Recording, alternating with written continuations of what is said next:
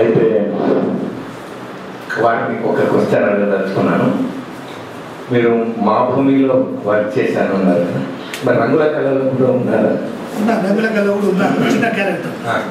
అది నాకు తెలియదు. అయితే నరసింహరావు గారితో నాకు సంబంధం ఉంది, కానీ మిమ్మల్ని నేను ఎక్కడ చూడలేదని నా యొక్క తపనతో నేను మీ దగ్గరికి వచ్చాను. గత 15-20 ఏళ్ళ నుంచి వెళ్ళి అన్నదమ్ములు నలుగురు కూడా నాకు 5 కూడా తెలుసు, కానీ మిమ్మల్ని నేను ఎక్కడ తటస్థించలేదు అనేది ఒక ఇదేమో క్వశ్చన్ పైన పడినందుకు నేను మీ ముఖాముఖిలో వచ్చినందుకు నేను మీకు ధన్యవాదాలు తెలియజేస్తూ, మీరు చేసిన కృషిలో ఒక 70% మీరు ఏ చరిత్ర చెప్పడం అది నాకు ప్రత్యేకంగా నేను ఫేస్ చేసినట్టు నాకు ఫీల్ అయినాను. ఎందుకంటే నేను 4 ఏళ్ళ యాక్సిడెంట్ అయింది నాకు. అప్పుడు కాలు విరిగింది, కానీ అతుక్కోలేదు. 12 ఏళ్ళు నేను హాస్పిటల్. అయితే మీరు పాటలు గల్లీలలో పాడుతుంది, వాళ్ళ దగ్గర పాడుతుంది, ఇంకో పాడుతుంది. అయితే నా పరిస్థితి ఏంటంటే రేడియో ఒకటే ఉంది మాధ్యమం. ఆ మాధ్యమంలో రేడియో ఎట్లా వచ్చిందో అది పాడి పాటలు అవలంబించుకున్న వ్యక్తి. మీకు నాకు సంబంధం ఏంటంటే ఆ పాటలు ముఖాముఖి రాస్తారు. రైటర్ అండ్ ఆర్టిస్ట్ అన్నాం. ఆర్టిస్ట్ అంటే ఏ విధంగా ఆర్టిస్టో నాకు తెలియలేదు. నిన్న మెసేజ్ వచ్చింది, సరే ఇవాళ పండుగ ఉన్న కారణం మనం ఎట్లయినా వెళ్ళాలి, కనీసం ఆర్టిస్టును మనము గౌరవించుకోవాలనే ఉద్దేశంతో నేను వచ్చాను. చాలా ధన్యవాదాలు మీకు. నా పేరు కృష్ణకుమార్ అండి, నేను retired deputy chief engineer, housing board.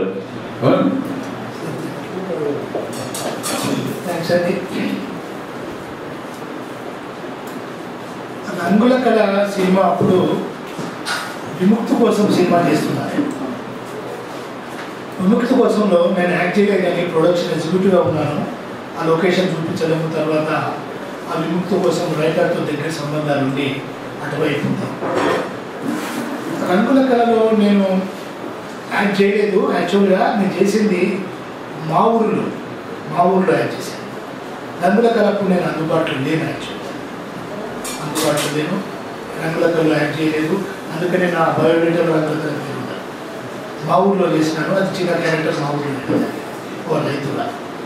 దానికి కారణం ఏంటంటే నేను లేకపోవడము, విముక్తి కోసం షూటింగ్లో ఉండడం వల్ల నేను రంగుల కళలో అటెండ్ కాలేదు.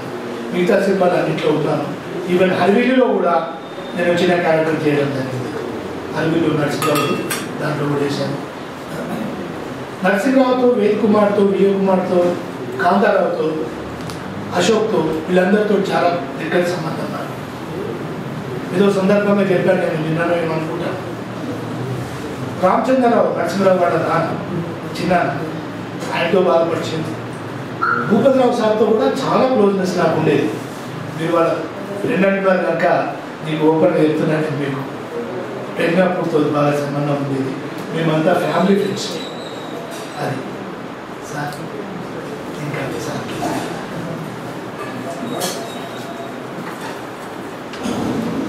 సార్ నమస్కారం.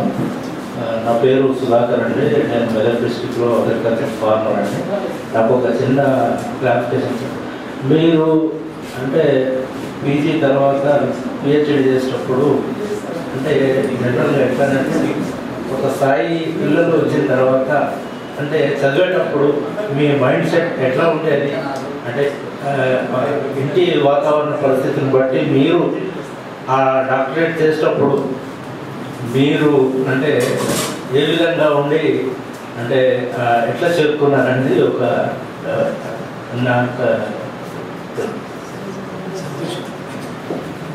మంచి ప్రశ్న మీరు అడిగింది. మాది ఉన్న కుటుంబం కాదు, మాది రైతు జీవితం అని చెప్పాను.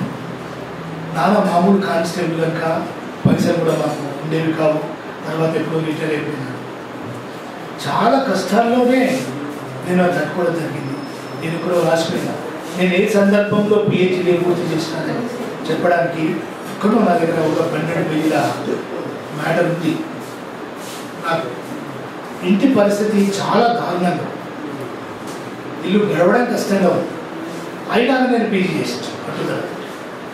ఎందుకు పీజీ చేయాల్సి వచ్చిందంటే కేవలం డాక్టరేట్ తీసుకోవాలి, పొందాలి. నా దాంట్లో డాక్టరేట్ తోటి పట్టాతోటి రేపు ఏమో అవుతుందని ఆలోచన నాకు లేదు.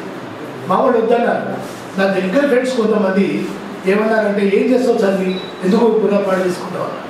కానీ చదివి నా కొడుకు ఉద్యోగం చేస్తుంది, అంతో ఎంతో నా బిడ్డ ఉద్యోగం చేస్తుంది. ఆ దశలో నేను పీజీ చేయాల్సి వచ్చింది. దేంట్లో పని చేసుకుంటా, బయట పనులు కూడా చేస్తున్నాను. కెమికల్ ఫ్యాక్టరీలో పనిచేసినాను, ఇటుక బట్టీలలో పనిచేసిన, కెమికల్ ఫ్యాక్టరీలో పనిచేసిన. చేస్తూనే ఇక్కడ నరసింహరావుకు ఉపయోగపడుతున్నాను. ఈ దశలో బాగా మదనపడి తప్పదని చెప్పేసి రాత్రి మొదలు కష్టపడి, అయితే ఇంకోటి చెప్పినాను, శ్రీనివాస్ కూడా నమ్మలేదు. ఆ పుస్తక ఆవిష్కరణ నాకు చెప్పాను. నేను థీసిస్ రాయడం కేవలం 21 daysలో రాసినాను. అంత మ్యాటర్ అడిగా పెట్టుకున్నాను. కూర్చున్నానంటే తలపేసుకున్నానంటే ఎవరితో సంబంధం ఉండేది కాదు. ఒక్కటే ధ్యాస రాయాలని 21 రోజుల్లో థీసిస్ పుస్తకం రాసినాను. మళ్ళీ ఒకసారి 5-6 రోజులు చూస్తూ చూడవచ్చు. దానికి ఎంత శ్రమ పడాలో మా ముత్యంరెడ్డి ఇక్కడ ఉన్నాడు, సార్ నేను తన కూడా ఉన్నాడు, మా జీవన్ కుమార్ చెప్తున్నాను. ఎంత శ్రమ పడాలో ఉంటుంది అన్నట్టు బాగా శ్రమ పడ్డాను. సేకరించాను. ఇక్కడ నుండి మొత్తం లైబ్రరీ తిరిగాను. పుట్లపల్లి రామారావు లేడు, కానీ ఆయన సాహిత్యం బయట తీయాలి. ఆయన వ్యక్తిత్వం గురించి రాయాలి. వ్యక్తిత్వం గురించి రాయాలంటే ఎవరిని కలవాలి? ముసలిని కలవాలి. కొడుకును బిడ్డలను అందరినీ కలిసి ఇక్కడ నుండి మొదలు పెడితే సముద్ర తీరం వేటపాలెం వెళ్ళి వేటపాలెం లైబ్రరీ కూడా తీసిన అన్ని లైబ్రరీలు తిన్నారు. రాజమండ్రి పోయినా, వరంగల్ పోయినా, విజయవాడ పోయినా, ఇవన్నీ తిరిగి సేకరించిన సాహిత్యం హోదాలు వేసుకున్న తర్వాత నాకు బ్రహ్మాండంగా 80% మార్క్స్ వచ్చింది. 3 యూనివర్సిటీలు కూడా నాకు 8% కంటే తక్కువే లేదు థీసిస్ చూసిన తర్వాత. నా థీసిస్ బుక్ కూడా అప్పుడు పోలేదు. పిహెచ్డీ చేయడానికి చాలా శ్రమపడ్డా.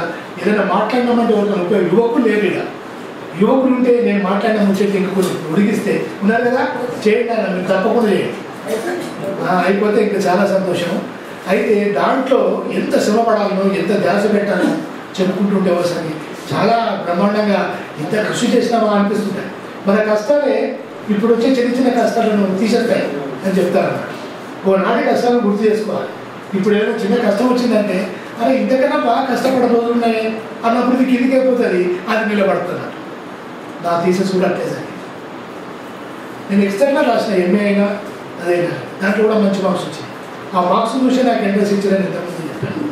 పిహెచ్డీ కోసం అంత బాధపడి కష్టపడి తిరిగి సేకరించి రాయడం జరిగింది. అది మీకు ఇప్పుడు అర్థమైంది అనుకుంటాను. రాత్రి వాళ్ళు కూర్చొని రాయడం జరిగింది.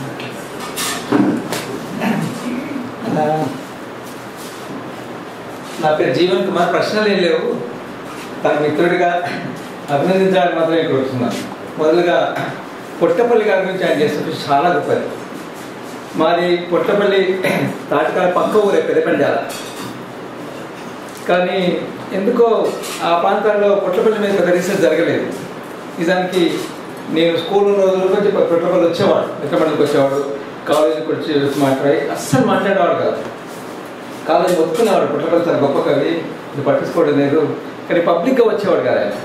కాలేజీకి పొట్టపల్లికి తేడా ఏంటంటే కాలేజీ పూర్తిగా భయవద్యమానికి వచ్చేసినాడు. అధికారుల వ్యతిరేకంగా మేము ఎమర్జెన్సీ తర్వాత పెద్ద జులూస్ తీసినాం. ముందడు ఉన్నాడు, కలెక్టర్ను ప్రశ్నించినాడు. ఇట్లా అన్ని ఉద్యమాలు. పొట్టపల్లి సుక్కలు రాసినట్టు అనుకుంటా. కాలేజీ అంటే పొట్టపల్లి మాట అన్నాడు. నచ్చేటి ఉద్యమం స్టార్ట్ కాగానే తన ఆ టైం చుక్కలు రాస్తూ ఒక మాట అన్నాడు. కాలేజీ ఇంట్లో అప్పుడు ఎవరెవరో ఉండే అక్కడ శ్రీకాకుళంలో మొదలైందట. ఇక గ్రామాలు ఉన్నాడు అప్పుడు. అసలు తర్వాత మాకు అర్థమైంది అంటే ఏం కాబోతుంది. అయితే 2-3 సార్లు పొట్టపల్లి ప్రశ్నించే అవకాశం వచ్చింది మాకు. యాక్చువల్లీ నేను అప్పటికే పౌర పుస్తకంలో పనిచేస్తున్నాను. కల్వలిత ప్రాంతానికి వ్యతిరేకంగా మేము ఒపీనియన్ తీసుకుంటున్నాం అందరి సదకాలు. నేను దాని కన్వీనర్ని, కాలేజీ చైర్మన్, మొత్తం ఆ కల్వలిత ప్రాంతం ఎత్తివేయాలి. పొట్టపల్లి దగ్గరికి పోయి నేను గ్రామానికి వెళ్ళినాను. ఒక్కరి నాకు బాగా తెలుసు. కానీ ఇంకో తన సంతకం నన్ను పట్టించుకుంటాడు, కాలేజీ ఉన్నాను కదా. అట్లా పబ్లిక్ లైఫ్లోకి రాలేదు పొట్టపల్లి. నిజానికి చాలా గొప్ప రచయిత పొట్టపల్లి. అసలు నేను అన్నీ అయినాను. కానీ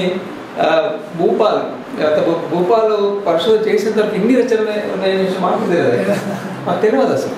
దాని తర్వాత తెలిసింది అంటే ఇన్ని రచనలు రాసేవాడు. ఎప్పుడు మిత్రవాడికి వచ్చేవాడు, కూర్చునేవాడు, చిట్టి పోకునేవాడు, మామూలు కాయలు రాసేవాడు. ఏమలే కాదంటే కాయలు రాసేవాడు. చాలా గొప్ప కవి. బహుశా ఆయన కుటుంబం దగ్గర కూడా మేము లేవు. అయితే భూపాలు ప్రత్యేకత ఏంటంటే చాలామంది యూనివర్సిటీ లెక్చర్స్ ఇక్కడ ఉన్నారు. నేను వాళ్ళకి అంటే డ్యూ అపాలజీ.